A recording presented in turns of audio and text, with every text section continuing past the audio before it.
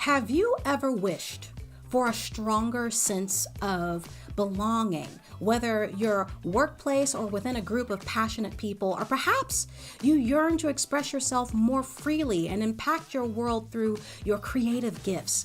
Well, today, we are going to be exploring both sides of the coin, and we are going to be really looking into those things. And I'm really looking forward to learning from my first guest, who is a Scrum Master and trainer with a passion for imparting knowledge into others and helping them become the best version of themselves.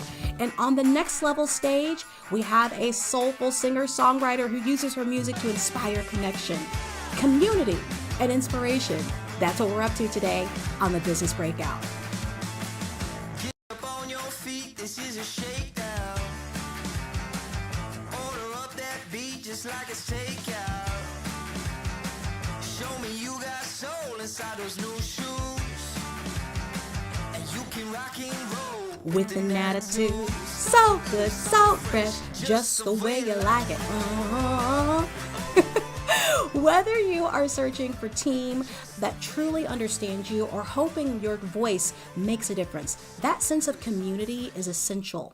But in today's fast-paced world, building those genuine bonds can feel difficult. But before I go any further, hello, if this is your first time here, hey there, I'm Ella Glasgow, your host and the Director of Fundability at Beyond Virtual Events, where I help established small businesses create impactful experiences that keep their audiences engaged from start to finish. And this just so happens to be the unconventional virtual event that I produce live in Zoom on the first and third Wednesday of every month. And this is my personal invitation to you to join us in Zoom for the next one so you can see what's possible for your online events. And depending on where you're watching from, whether it be LinkedIn, Facebook, YouTube, and I see we've got some people watching us live, let me know, let me hear you where you're watching in from.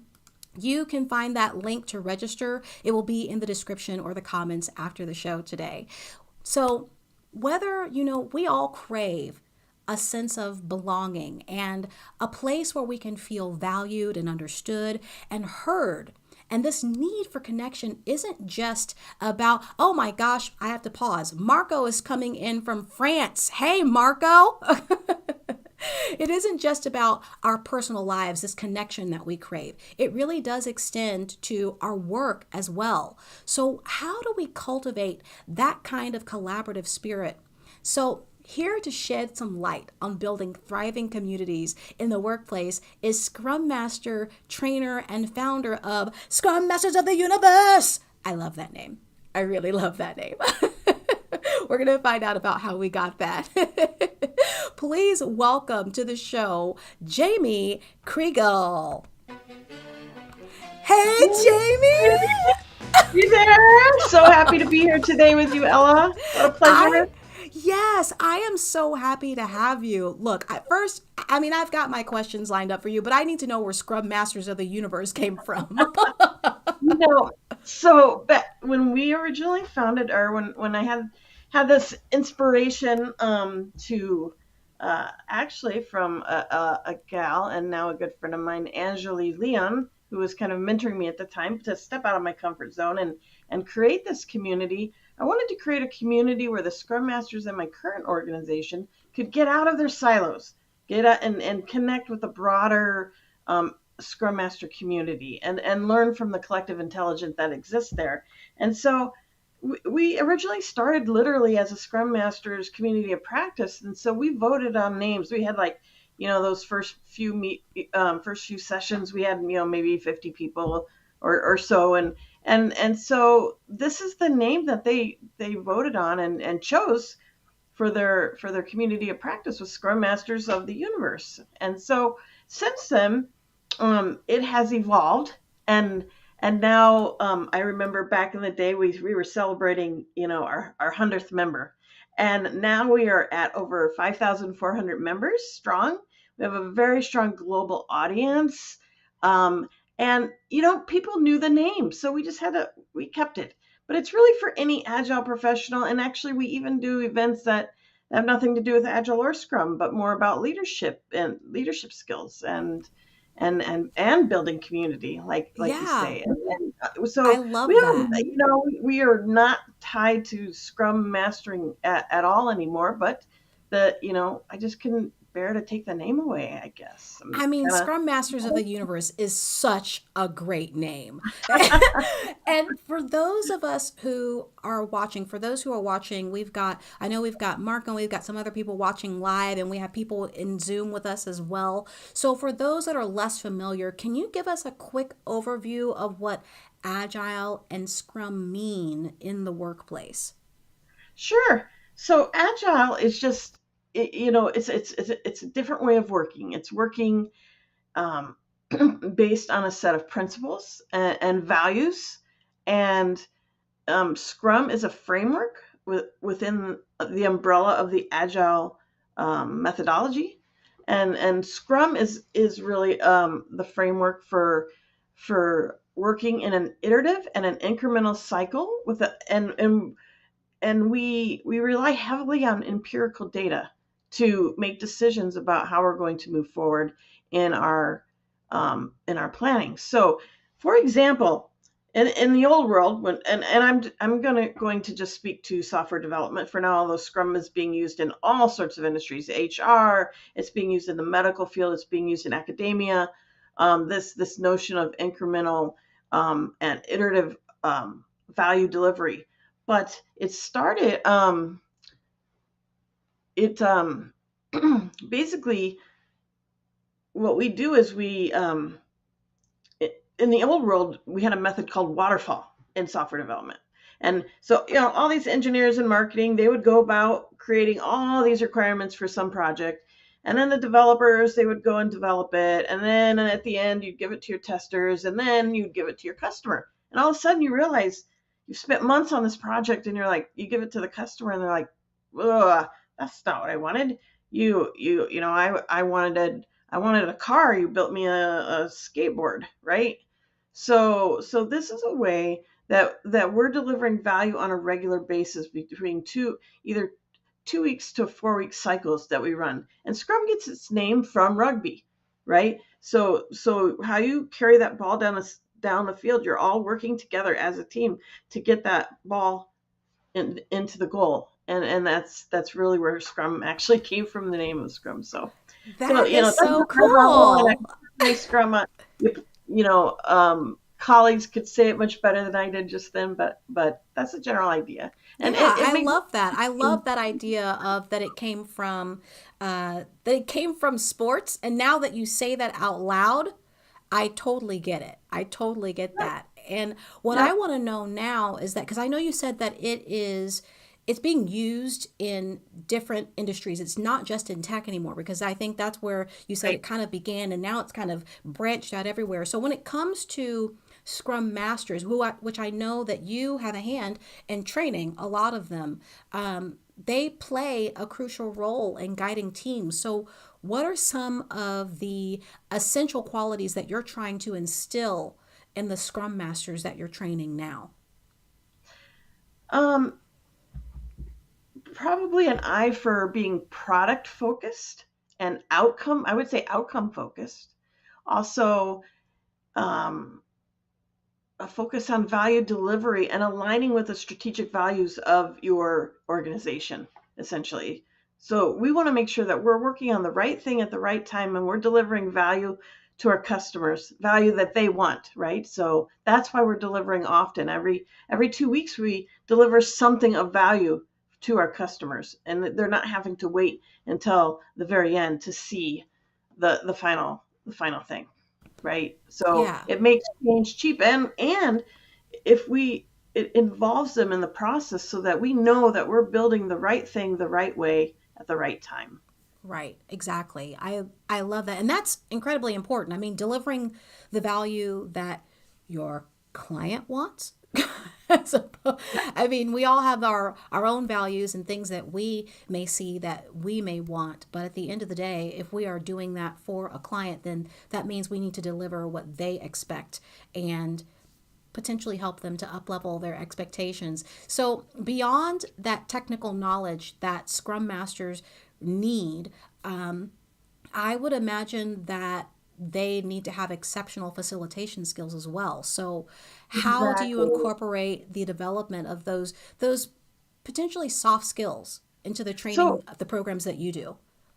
yeah, so I'm actually a licensed trainer for a program created by Jeff Watts, and he has written the bestsellers, Scrum Mastery, Team Mastery, as well as Product Mastery books. So he's a thought leader in the Agile industry. He's founded a company called Agile Mastery Institute, and what we're working right now is on disrupting that certification industry, meaning, you know, going from a 2 day, you go to a 2 day class, you learn kind of the mechanics of it, but you don't learn that live application of it and all of those soft skills that you need. And so this is his solution for that. And so what this is it's cohort based learning. Over the course of 6 months, you will take you'll start off with a class. It's called the adventure class.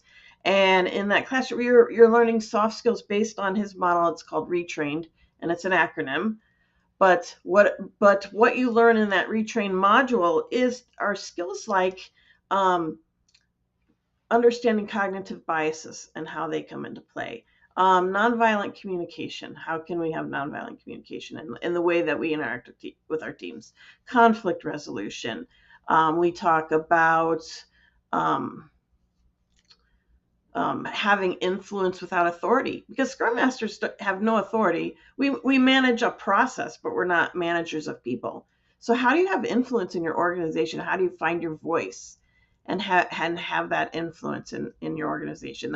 That's one thing we teach, and we give you the tools, the persuasion. There's many persuasion tools out there that you can influence, and persuasion tools that you can take advantage of. We explore several of those kinds of things in our pathway journey. And what's great about it is it's really filling the gap between the technical side and they're not really technical, but the mechanics of it and the application of it. And so after the first class, then we stay together as a cohort for 6 months. So over the next 5 months, we meet monthly, and those are called our navigator sessions. And what's great about those is the topics for those sessions are driven by the members of the cohort. What's important for them to learn? What do they want to learn? What are they struggling with in real life application? How can we help you apply what you've learned in this class, these soft skills that you've learned in this class, these leadership, how to be a servant leader, what are your core values, and are we staying aligned with our core values and what we're doing? All of those things.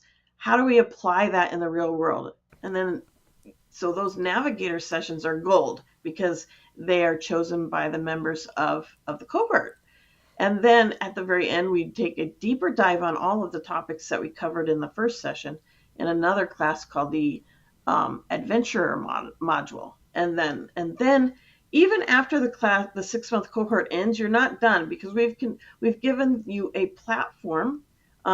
It varies by cohort, but we have a platform where you can stay in touch asynchronously and still go back to your cohort and ask some questions. And so you're learning you're setting up an environment in which they can learn from each other. And actually I learn as much from them as they learn from me. I bet you do. I'm I love everything that you're talking about, and I remember seeing that post that you had on LinkedIn about the upcoming cohort. So definitely check out Jamie's profile. And Jamie, yes, Jamie. I have another Jamie here in the Zoom meeting. So there's two Jamies here in the room today, and my brain just went, oh, yep, it is Jamie. Jamie and Jamie. But I want to say, I wish that I could be here and talk with you all day about this, Jamie. We have such a limited amount of time. But the last thing I want to ask you before I let you go, and when I say let you go, that's not forever. We have another person that we want to talk to before Yeah, we're done yeah. today. So, but I want to ask you. I know that you've mentioned community, and you've mentioned the training and being able to use those soft skills in real time.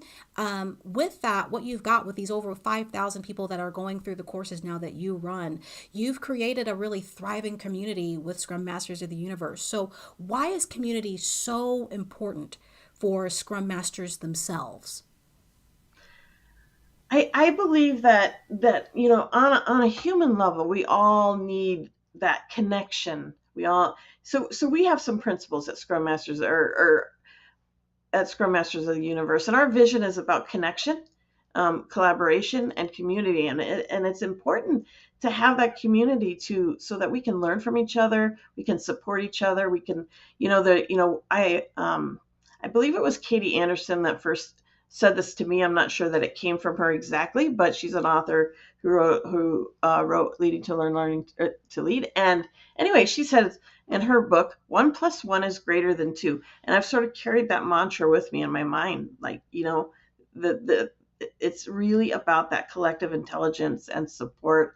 And really that's how you're going to grow professionally. You encourage each other to continuously improve, to continuously learn. I think as a Scrum Master, as with any profession, the continuous learning is vital and necessary, and it can be exciting and fun to get out of your silos. So that's where we're at with with the Scrum Masters of the Universe community is really getting them out of silo, bringing in really great speakers. I mean, so thankful to the speakers who have given of their time and knowledge to us, and have taught us so much and continue to do so. So we've got Yeah. a great Yeah. lineup. Check out our website. You do have a great lineup. I have seen it on your website because I have checked things out myself to see what's going on over there since you and I have first talked. But Jamie, I'm going to say goodbye to you for just a moment. She's not leaving forever, everybody, okay? She's just going away for just a moment. So, I told you I was really excited to hear from her and what it is that she had to say about Scrum and how she's using that and how she is really making an impact. And the thing is that we've learned so much about community and how it's transforming the workplace and how she's using it to transform the workplace. And that need for connection extends beyond teams and into our hearts as well. And it also stands true that we need to be connected to ourselves. And my next guest is the Groove Solstice, who definitely understands that. Whoever definitely understands that. And so I want you to take a listen now to what I have on the next level stage.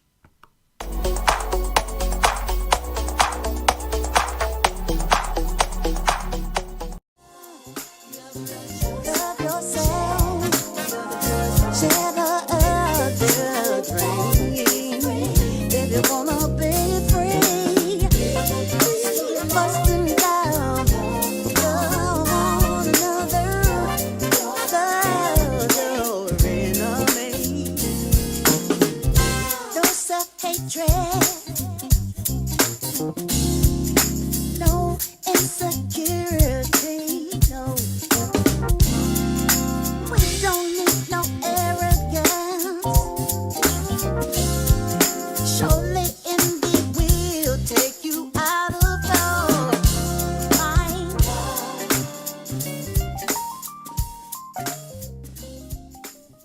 Oh, that is such a groove. I am going to welcome the Groove Soldiers herself to the stage, and I just want you to know that we've had a little bit of tech issue, but the show must go on, so you're going to hear her voice, but you will not see her face, so just know that she is here. She is not just in the ether. She's here with us doing some things elsewhere, so she is going to be here, and please welcome to the stage the Groove Solstice herself, Miss Adria Shahid. Oh, thank you. You are so kind. Hey, You are so Adria. kind. I am so happy that I could have you here with me today and that we could have you here live because I really wanted to be able to speak with you about what it is that you're doing in your world as a musician and how you are able to create community in what it is that you do. So I want to ask you, as a musician, how do you nurture that sense of community with both your audience and your fellow artists? And why is that so important to you?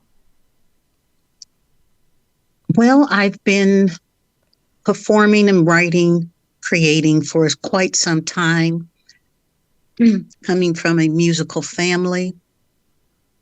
And I find that I sing when I'm sad, mad, angry, glad, happy, bored.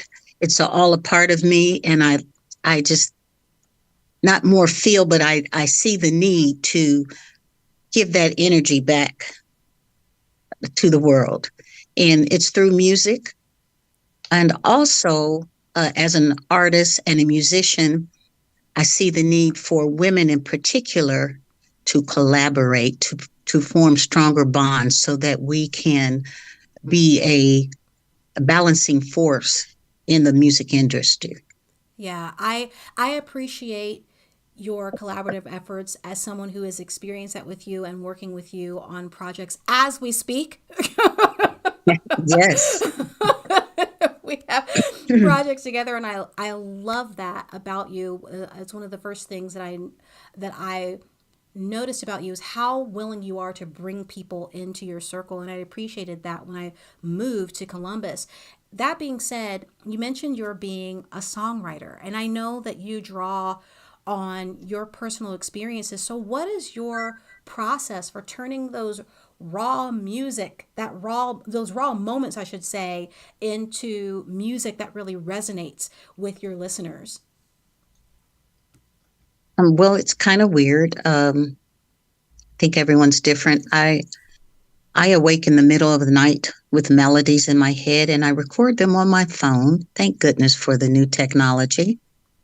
But before that, I would put it on a tape recorder. And I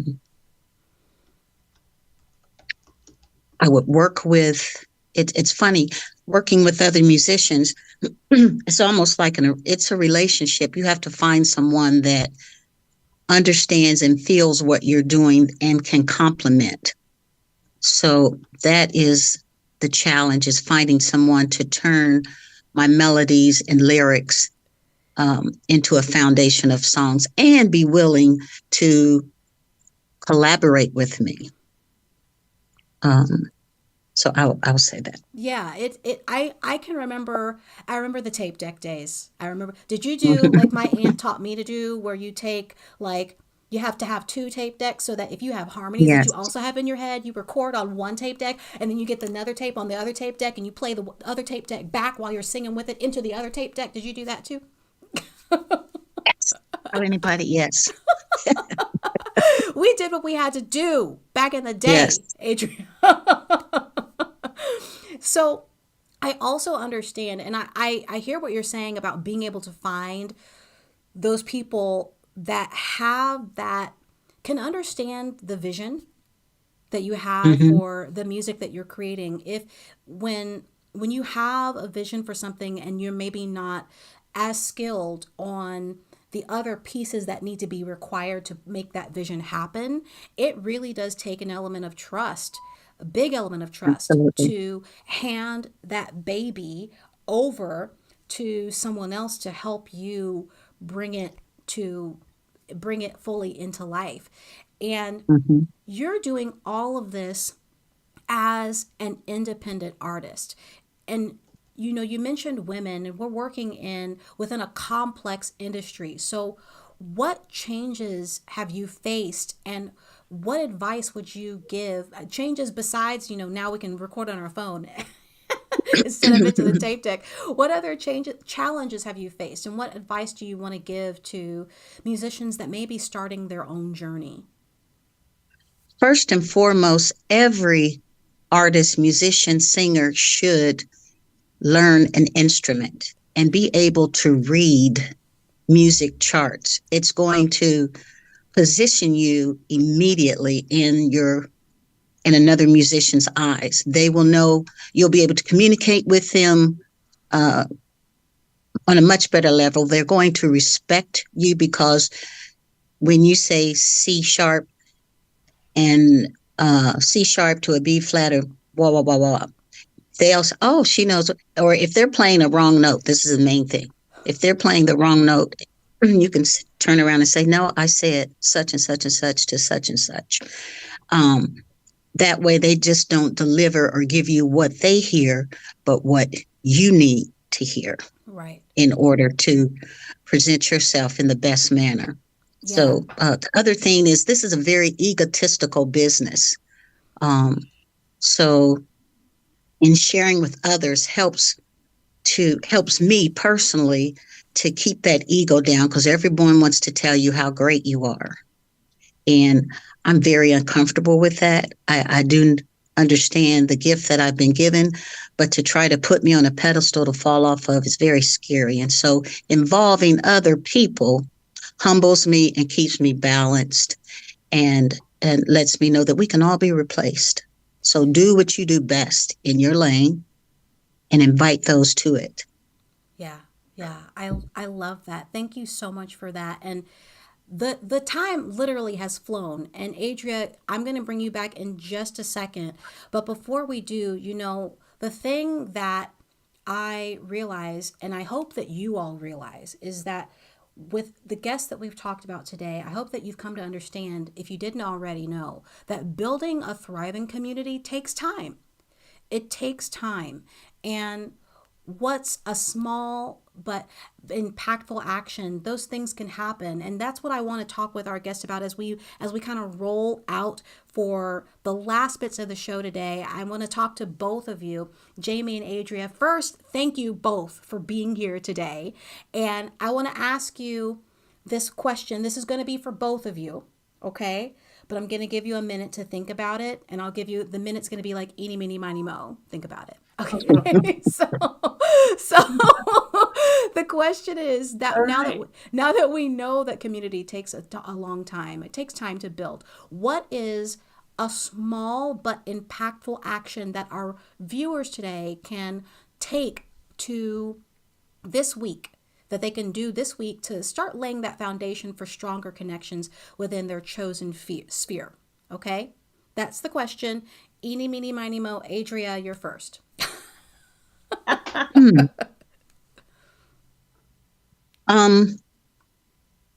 That's a big question, Ella. I know. I will say this. Self-awareness is very, very important. And having the ability to love the truth, even if it's against yourself, because in that is your protection. And it balances you in your ego, in your identity. When you love the truth, it eliminates all the other fallacies. So I will say that. Yeah. Love the truth. That is your admonition for them today, is to love the truth. Even if it's against yourself. If you're wrong, admit to it so that you can overcome it and be strengthened by it. That's Amen. a challenge. Okay, Amen. that's it. And look, did I need to bring out my organ? Because you were about to preach a word on today. So No, that's it. It frees you. You're free. You're free. It's true. It's true. Jamie, what would be that one thing that you would leave our listeners with that they could take on this week and see maybe just a small change in their community? Sure, and I'm going to approach it from the workplace community. I'm very passionate about very passionate about humanizing the workplace, and so here's my thing. My tip is, first of all, be authentic. Know what your values are. Go through that value discovery for yourself. Live by your values. Be authentic, and then that first step is set up a connection time. In today's virtual world that we find ourselves in, many of us still working from home. You have to be very intentional about making those connections. So that's my tip, is get on someone's calendar just for a hey, how's it going? I just want to connect with you, and find one person this week that you can make a connection with. I think that is definitely possible. And it's in fact how you and I met, because we said, hey, you want to get on each other's calendar and have connection. It really is that simple. Ladies, thank you both for being here today and being a part of this show. I really appreciate both of you, and I will see you all when this show is done. And for those of you that are watching with us live, thank you for watching with us live. If you've been watching us in the replay, I appreciate your watching in the replay. And I have had a wonderful time with you. Thank you to Marco and Scrum Master of the Universe and those that have been commenting here live. And I want to let you know before I leave today, at Beyond Virtual Events, it is not just about hosting events. It really is about crafting engaging experiences with purpose. An event should be a stepping stone, whether that's a live event, a podcast, a webinar, whatever that happens to be. Those should be stepping stones. And when you do them right, it really can transform a single moment into a cascade of marketing opportunities for your business. And I can help you overcome some of those challenges. Look, I'm doing them today. We are overcoming challenges. You may be facing those in your online events and need someone like me to help you to overcome that. So if you are looking to elevate your virtual presence and turn your next event into a powerhouse of ongoing lead generating engagement without the tech headache for you, then I am here to help you make that happen. Until next time, keep building and remember everything you do can go far beyond.